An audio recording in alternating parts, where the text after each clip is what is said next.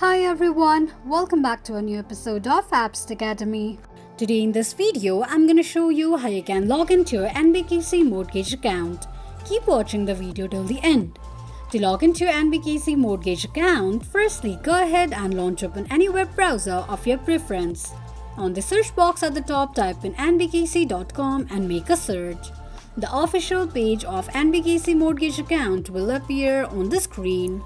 Choose an account to log in, whether it's your home loan, credit card or bank account from the drop-down. Once you're done choosing an account, tap on it.